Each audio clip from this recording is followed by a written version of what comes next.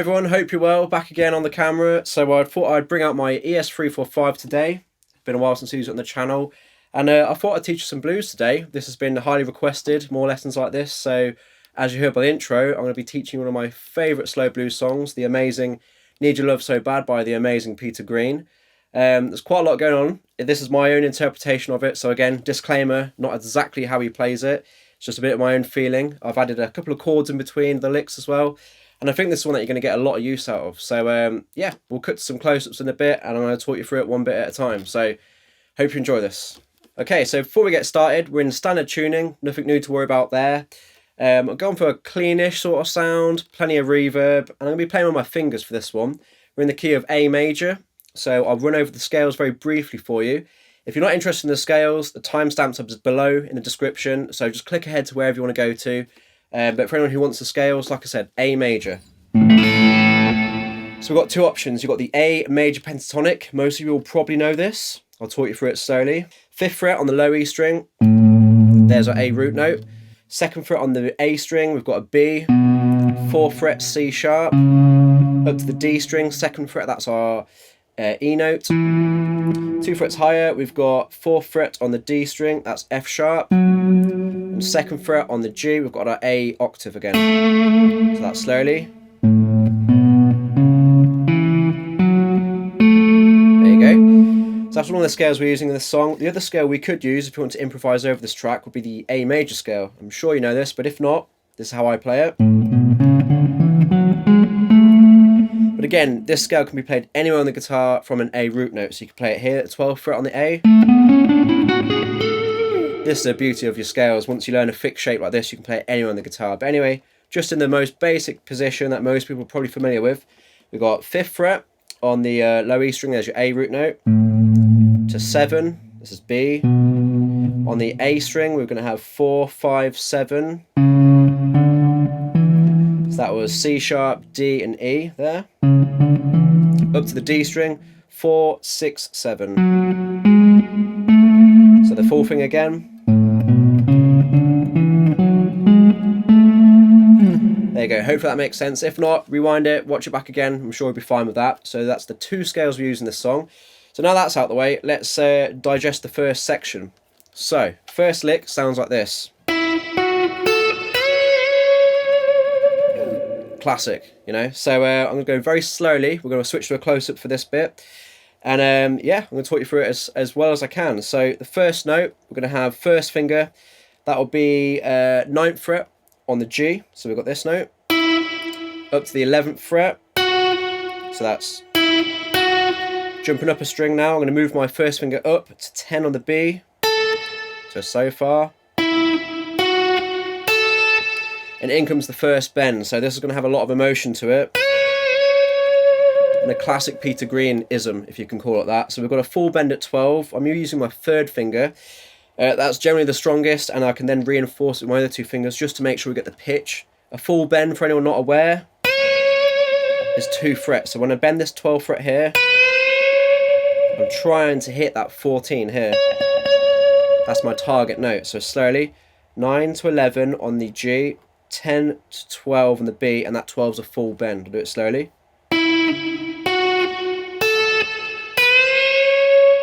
Okay, so I mentioned something quite unusual about this bend. We're going to take it to the top of the pitch, dip it very slightly, and then take it back up to the pitch. It's very important you go back to the full pitch, otherwise it's going to sound pretty nasty. But the slight dip just gives it a lot of feeling, I think. So it's something I hear in a lot of Peter Green's playing. So I'll show you that. Hopefully you hear that little dip there. So just a little bit, probably semitone, just very minute. Just enough to sound a bit sour, then bring it back to the pitch so it sounds spot on. So that's the first lick. Let's go slowly again. So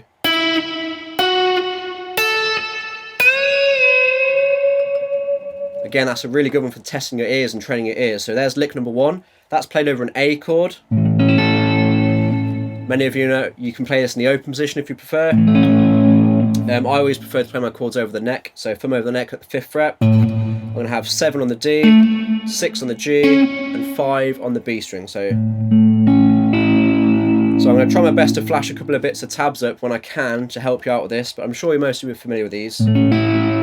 So far we've got lick number 1, and that's the notes here.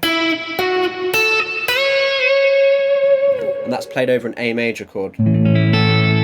Okay, so hopefully that's okay so far. I'm going to go on to lick number 2 now. So again, feel free to pause the video, take it back a bit if you need, at your own pace. No one's, we're not rushing here. So, second lick here, very similar. We've got this. And that's played over an A7 chord, so slightly different. We'll get to it in a bit. So the actual lick, we're going to start off second finger, very important, the fingers here, on the 11th fret on the G. Then that allows your first finger to be available at the 10th fret on the B string. So that was 11 on the G, first finger at 10 on the B. I'm going to hit that and hammer up to 12 on the B string as well. So like that. Back then to the 11 on the G, second finger, and then first finger back at 10th fret on the B. Now you're going to notice this 10th fret cropping up all the time in this solo, and that's because it's the A root note. Like I said, we're in the key of A major on this song, so this 10th fret, it's like a good note to fall back to. So if you're improvising yourself and you're sort of a little bit uncomfortable, you can never go wrong with a root note. That's what I always say, always sounds good. As long as you're in tune, obviously. So, that lick again. Just going to sort of vibrato that last note, the root note there. Drag it out for a little bit.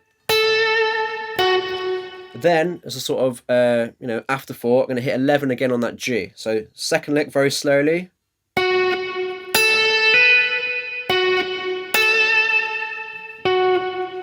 I can't help but want to slide all these out as well, so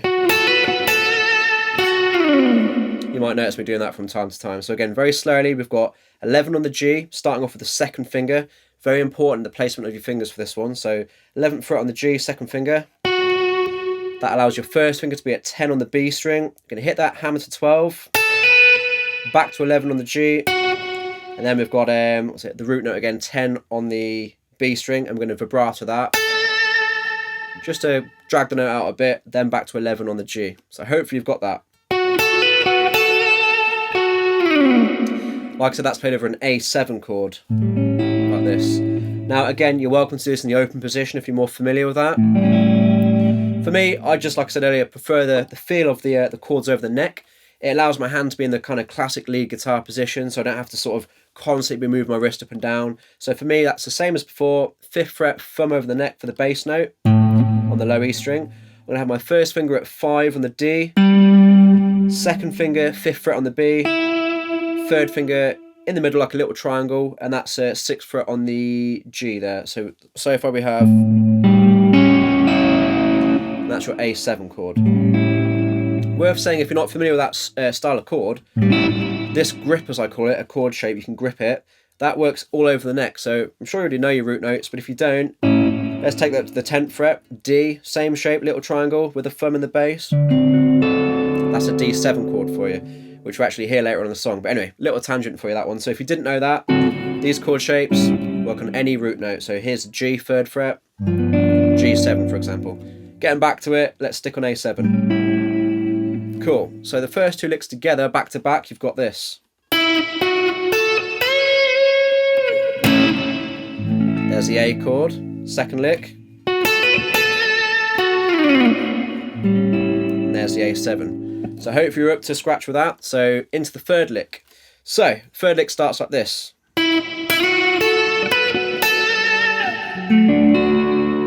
Okay, so that's played over a D over an F sharp chord. We'll get into that later on. A few ways you can play it again. So this time, I'm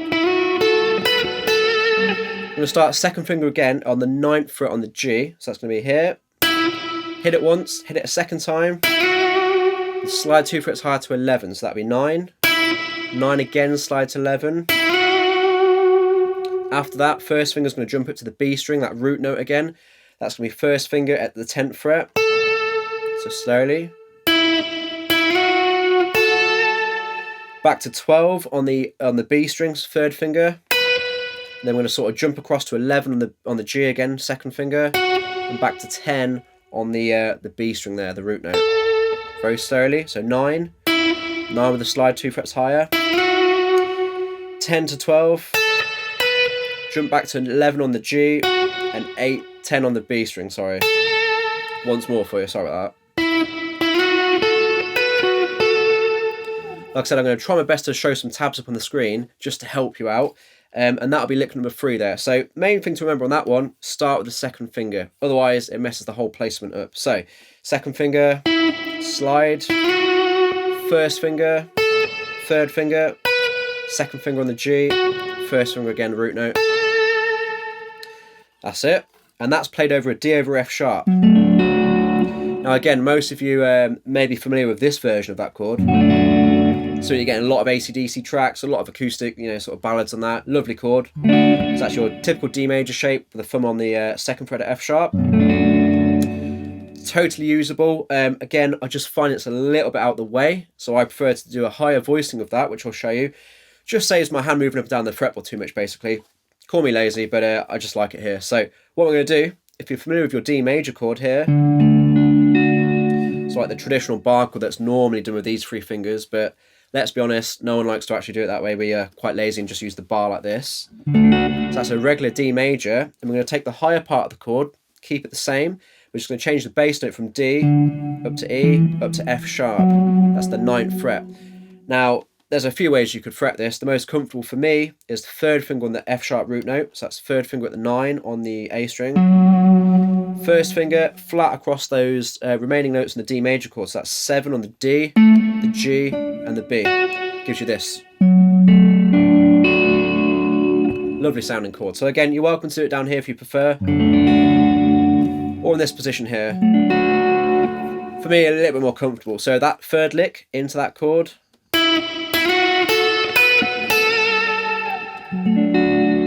Again, I might slide in and out of some of these. It's a classic sort of Jimi Hendrix thing, that, isn't it? Where you slide the root note, then pop across the chord. So, you know, you're going to hear me doing that from time to time.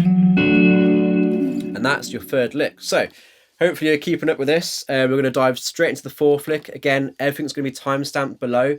So if you need to recap a little bit, rewind, just follow the little timestamps and you can sort of go at your own pace. So, 4th lick, possibly the best one out of the whole song. We've got this for you. Whoops, try again. That's definitely not the best lick. This is the best lick. The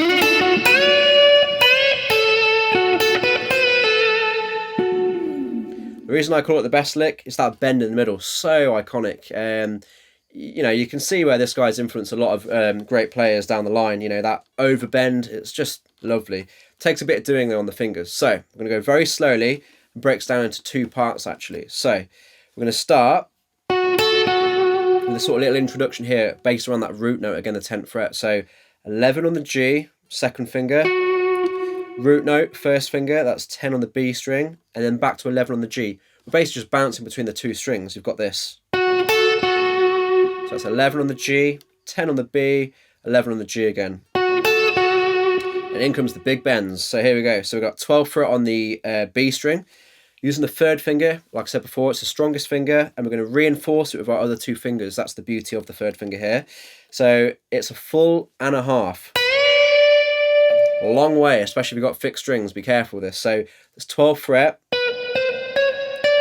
up 3 whole frets to the pitch of 15 here.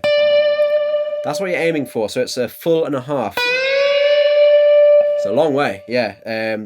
If you've ever learnt any David Gilmour, he does a lot of similar bends to this. So proceed at your own caution. You know, just take your time with it. Can be a bit cruel on the fingers, but worth it because it sounds so good. So after that, the kind of full and a half. I'm going to kind of cut it at the top. So I'm just using either my left or my right hand to stop the strings there. Then I'm going to do another bend at 12. This time just a half. So to the pitch of 13. Like that. Okay, so we've got the huge bend, overbend, 1.5. Then the very small half, and then to that 10 root note. So very slowly, that bend section, crazy big bend. Then this half step, then the root note. Okay, full lick. You notice I'm cutting a lot of these bends, I'm not bringing them down, which does sound nice, but for this particular song, I think it sounds cooler to cut them. Again, very Peter Green, and just a bit more dramatic, I guess, for this sort of tune. There you go, there's a good example for you. So that's the first half of the lick. And I'm going to continue with this. So 11th fret on the G again, you're going to start to recognise a lot of these notes cropping up. 11 on the G, back to the root note, 10, that's on the B string there, 10 on the B. 12 on the note we bent earlier, and we're going to have another bend. So that's 11, 10, 12, then a half step bend up and down, back to the root note.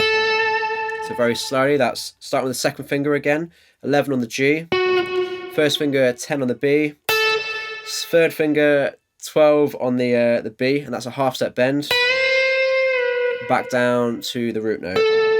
So once more without me talking.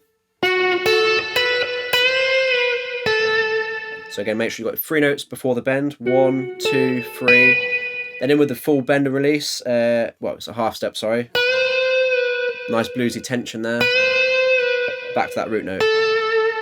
So if I put that together slowly, again, I'll have tabs on the screen to really help you with this. We're going to have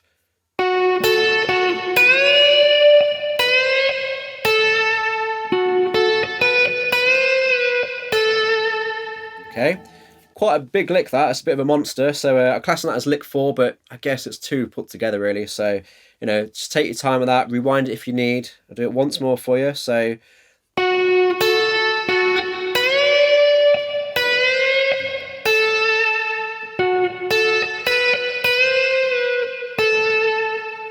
Okay, now that's played over a lovely chord, this one here. It'd be better if I could play it right. There we go, that's what I meant to do. So that's a D sharp diminished. Bit of a mouthful, bit of a twist on the fretboard. It's probably not a chord that you're familiar with. If you are, that's cool. If you're not, I'm going to talk you through it. So there's a few ways you can play it. The way I play it, the way I feel comfortable to play it, is in this, you know, sort of similar area to where we had our previous chords. So that's going to be the D sharp root note. That'll be second finger. So starting on the second finger, that's 6, which is D sharp on the A string. After that, we're going to have our third finger hitting 7 on the D string. So far 6 on the A, 7 on the D. We're then going to add our first finger at the 5th fret on the G. So 6, 7, 5. And the very last note, which gives it a lovely ring. That's going to be the 7th fret on the B string with the pinky.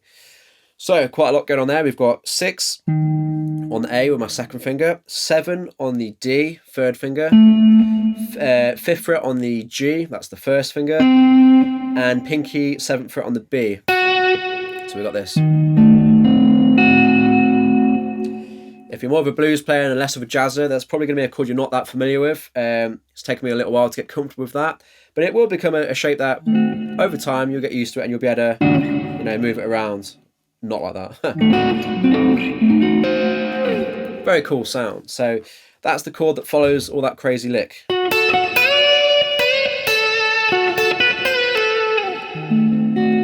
you go. Okay, so on to lick number 5. Okay, so lick number 5. This one is so simple, and that's what makes it so brilliant.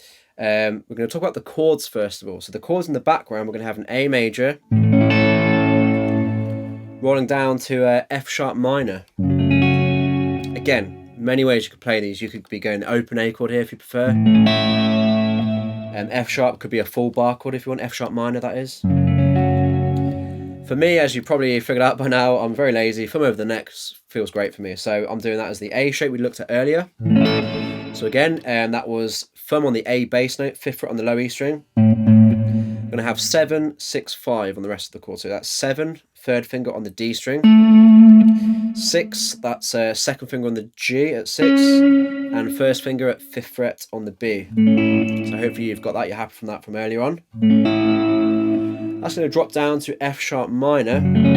So for me, keeping with this sort of over the neck style, that's thumb 2nd fret, there's the F sharp note. And given the minor part of the chord, we're going to have an octave. 3rd finger at the 4th fret on the D string, that's F sharp again. So there's your octave. And there's your minor third. So first finger barred at the 2nd fret on the G and B. It gives you this.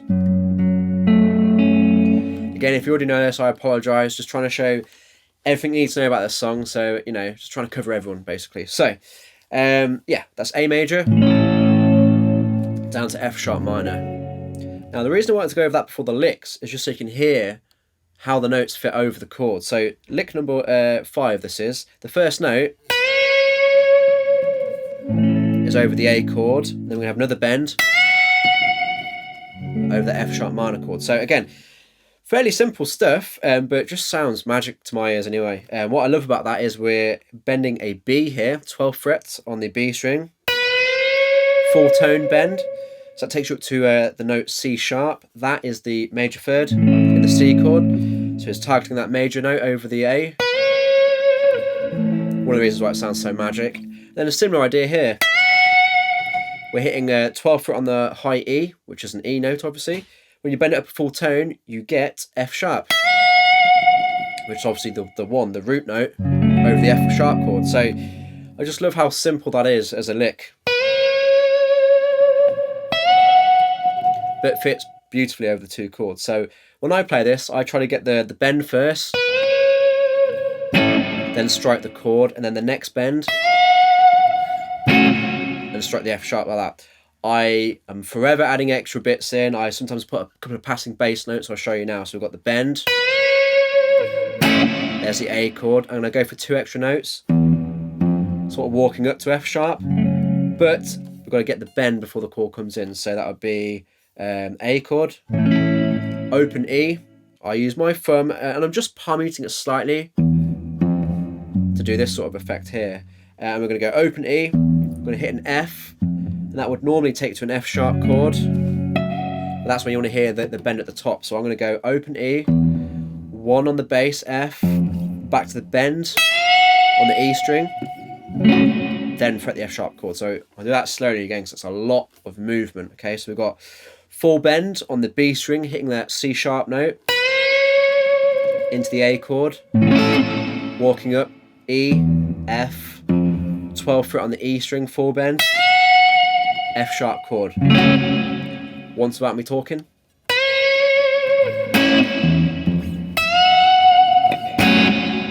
Hope that's making sense. Again, I'm going to do my best to tab out what I can.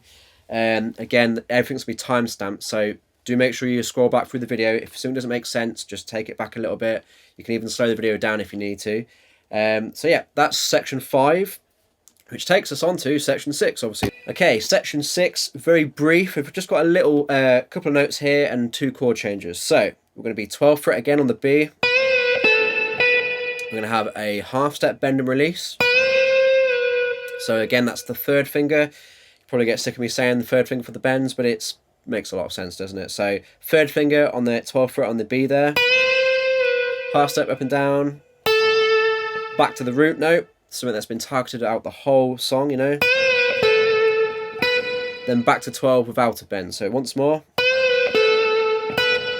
From time to time I notice I do this as a pull-off rather than picking that 12.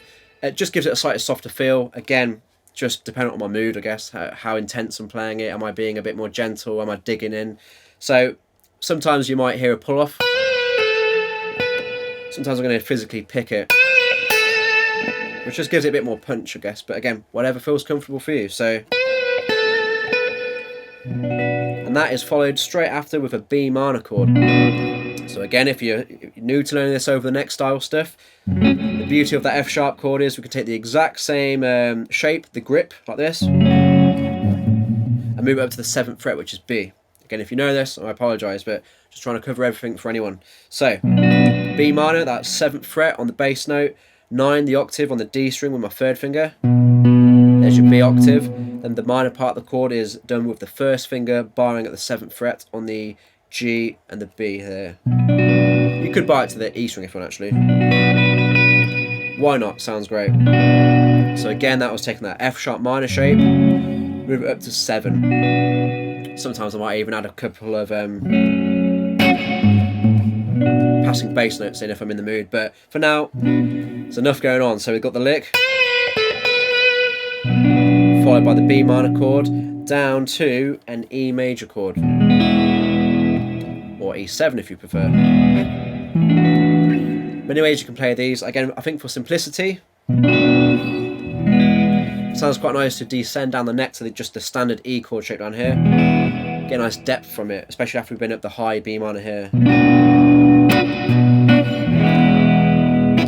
Sounds cool, I think. So just your regular E minor, E major. Sure you all know that one. If you want to take your third finger off, you can get an E7. Quite bluesy, quite nice, suits the song. The eagle-eyed among you might have noticed me doing it here as well.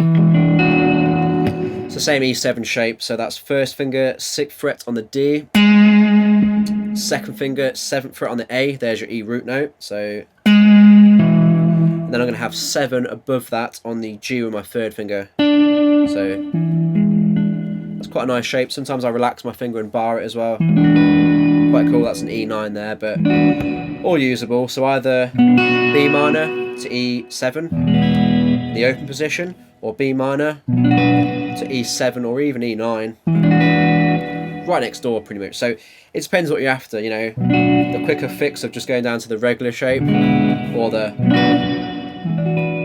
you know, I'd always encourage you to push yourself with these chords. If you're not familiar with them, you want to try and get familiar with them, because it will really enhance your repertoire of chords.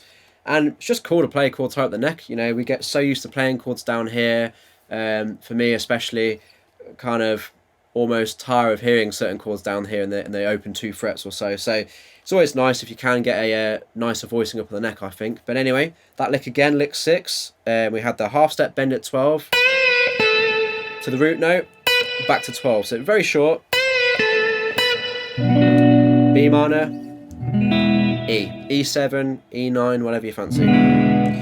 So what I'm going to do now, I'm going to put that back to back with the previous part 5 into part 6. You get this.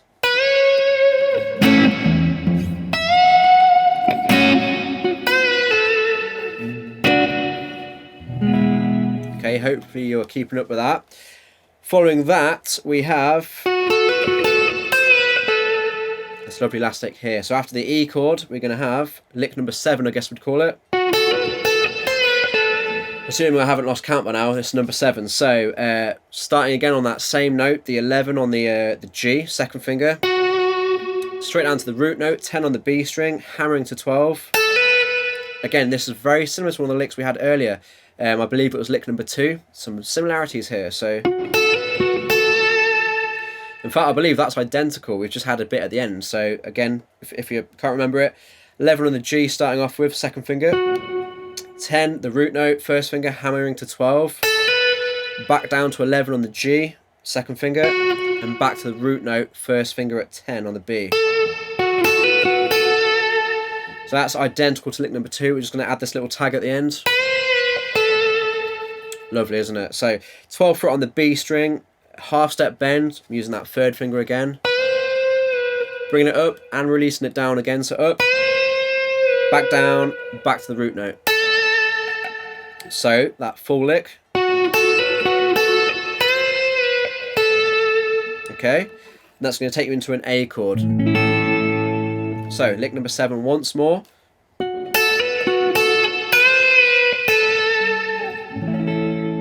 Followed by the A chord. Okay, if you made it this far, 1 lick to go and you got it down. So well done for keeping up with this. So the last lick, number 8.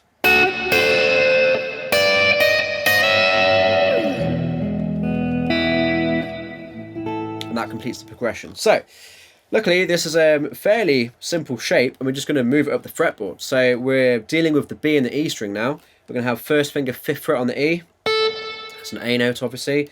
After that, we're going to have third finger, 7th fret on the B string, giving us these 2 notes together. And again, you've got to be really careful with this note here. If your third finger relaxes too much and does this, you're never going to get that 5th fret on the E string. So just try and curve it up at the knuckle if you can. You know, keep your nails trimmed, I guess. That always helps. But try and just get the access underneath there to allow that 5th fret to ring through. So again, we're only hitting 2 strings here. So if one of them is muted, you're really going to notice it. So I'm sure you'll be fine. So that's 5 on the E, 7 on the B. And we're going to be a little bit staccato and just jump that shape up 3 frets. So that'll be 5 and 7, jumping up to 8 and 10.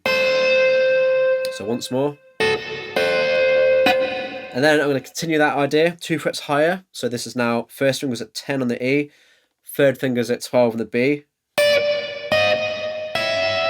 You can hear we're just going to work up chromatically. So from this finger at 10 and 12, 11, 13, 12, 14.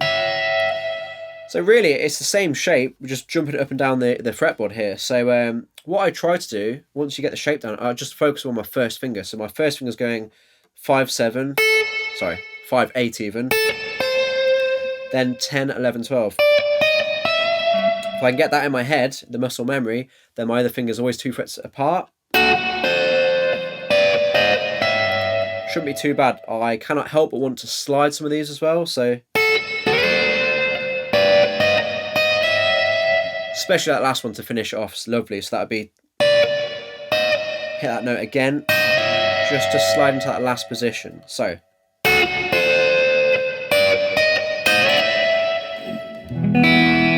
finishing on an E chord. So that was lick number 8, I think, if I've not made something up there, and that should complete the tune. So what I'm going to try and do now is play through each lick. I'm not even going to worry about the chords. I'm going to cover that in a second again. And I'm just going to try and flash up on the screen the tabs as we go. So I'm going to number them all for you, okay? So I'm just going to play it all the way through. So lick number 1. Okay, lick number 2. Lick number 3. Number 4, which was almost like 2 joined together, a bit of a longer one, the one with the crazy bend.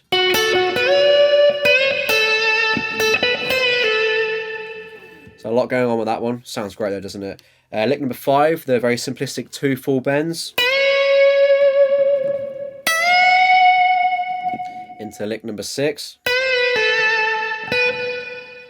Number 7. And the last one, number 8.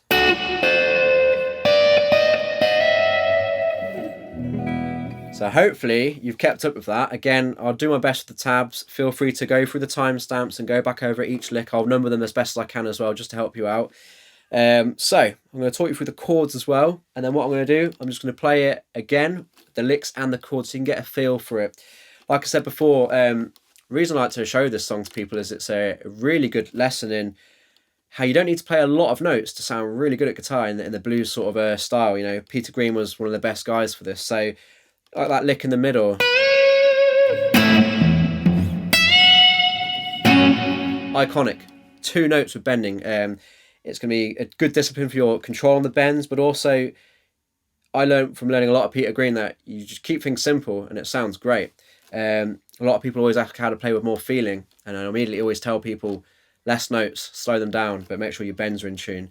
And of course, vibrato. If you haven't got vibrato, you've got nothing, in my opinion. So vibrato is, I can tell all my students, it's the most important thing when you're playing the blues or you're playing your rock or anything like that. Bends in tune and good vibrato will go a long way. So let's go over those chords once more then. So I'm going to tab this out on the screen as well. So there's many options with these chords. Obviously you could play them in the open positions. I prefer to go with them over the neck. So I'm going to tab it out the way I feel most comfortable.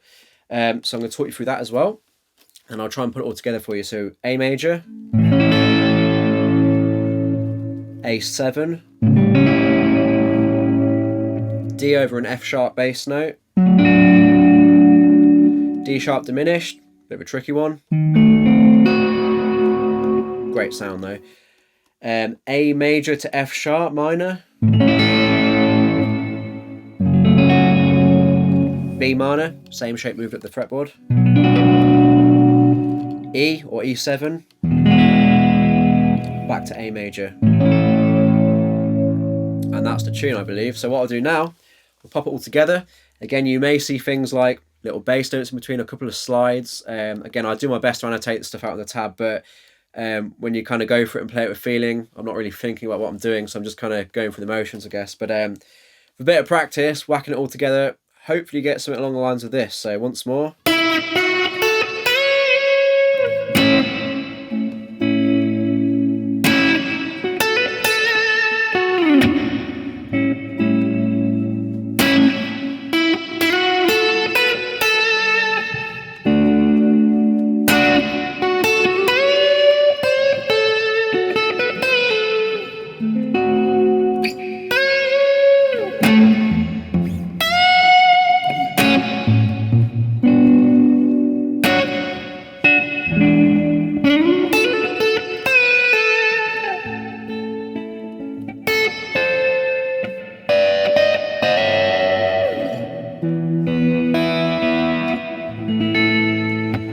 There you go. So that's the full progression with all the licks there. So again, like I said at the start of the video, it's my own interpretation. I think it sounds great. It's something that I love to play on the guitar, and just really chills me out. Again, there's a lot you can benefit from learning this one. And I'd encourage you to maybe even just take the chord progression and improvise over it. So it's always great to learn the licks, how to get them as close as you can to the original. But it's even better to make it your own and sort of improvise a little bit. So like we talked at the start, we've got the A major scale. I guess in this solo we're playing it in this position here. Or you've got the A major pentatonic as well. Again, timestamps at the start of the video if you need it. So maybe you want to whack on a backing track or loop the chords, you know.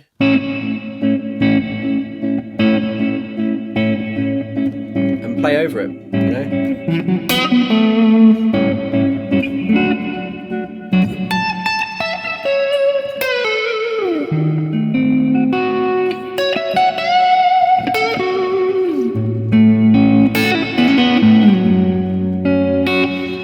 I could do this all day. It's one of my favourite songs to play on this guitar, actually. It's just lovely. But yeah, hopefully that's encouraged you a little bit. Okay, so if you made it this far through the video, well done. It's quite a long one today, but you know, it's been a lot of good fun. So hopefully you found this video useful.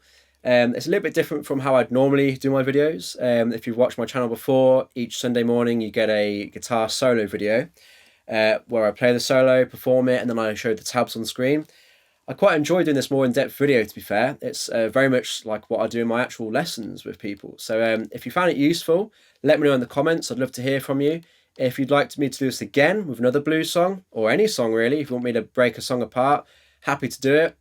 Hopefully it was okay with the tabs here and there, and you know, it's easy to get muddled up on the notes sometimes when you're talking to the camera, but hopefully I did my best. So again, if you found it useful, let me know in the comments. If you've got suggestions on future songs you want to hear me do, drop it in the comments section, that'd be cool. So thanks again for watching. Hope you enjoyed it. Make sure to comment and subscribe and thumb up my video for me because it really helps the channel out. And I'll catch you in next week's lesson. Thanks again, guys.